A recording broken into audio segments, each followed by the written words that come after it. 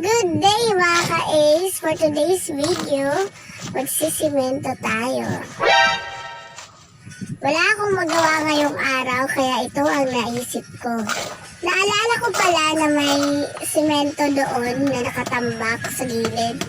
At naisip kong isemento yung gilid dito ng tindahan dahil nga sa lupa lang siya. Dahil nga sa nag-extend itong tindahan dahil ni-repair ko. Naisipan ko pala isemento tong gilid dito.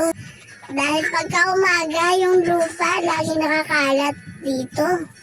Gawa nga ng laging kinakaykay ng aso at saka pusa. Meron pang isa pati manok pala. Dahil nagsasawa na ako sa paulit-ulit nakakawalis. Kaya ito na, sigurado na to. Wala nang makakapagkaykay dito.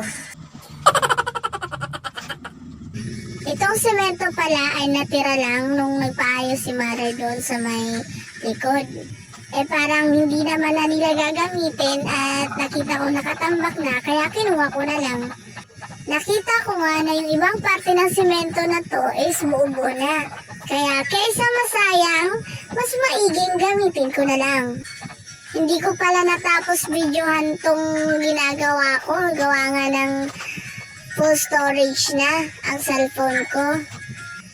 Kaya sa mga hindi pa po naka-follow dyan, follow na po kayo para maging updated sa mga susunod na i-upload kong videos. Yan lang po mga ka-Ace. Thank you for watching. Bye-bye!